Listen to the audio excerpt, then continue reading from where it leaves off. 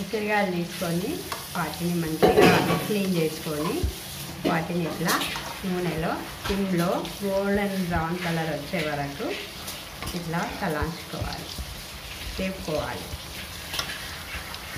దానికోసం ఆవాలు, జీలకర్ర పొడి వేసుకోవాలి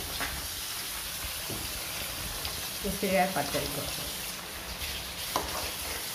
ఇవి మంచిగా వేగిపోయినాయి. ఇప్పుడు గోల్డెన్ బ్రౌన్ కలరు.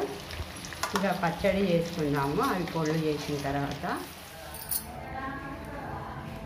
ఉసిరికాయ పచ్చడి కోసం ఇట్లా కారము, ఉప్పు, పసుపు, జీలకర్ర పౌడరు, ఆవ పౌడరు, ఇది మెంతి పౌడరు, ఇట్లా మనం అందాజతో ఇట్లా అన్నీ వేసుకొని ఇట్లా వేయించుకున్న ఉసిరికాయలు, ఇది పోపు చేసుకున్న నూనె, ఇవన్నీ వేసి ఇప్పుడు కలుపుకోవాలి.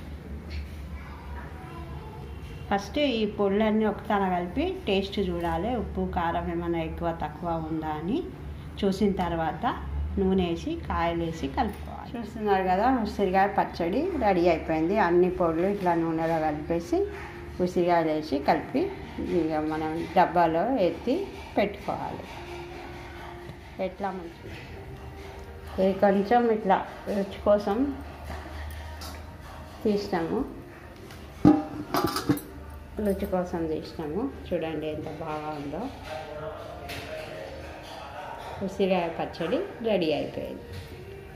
వేడివేడి అన్నంలో, చపాతీలో, ఏండ్లైనా తినొచ్చు. పప్పం బడి సైడ్ డిష్గా.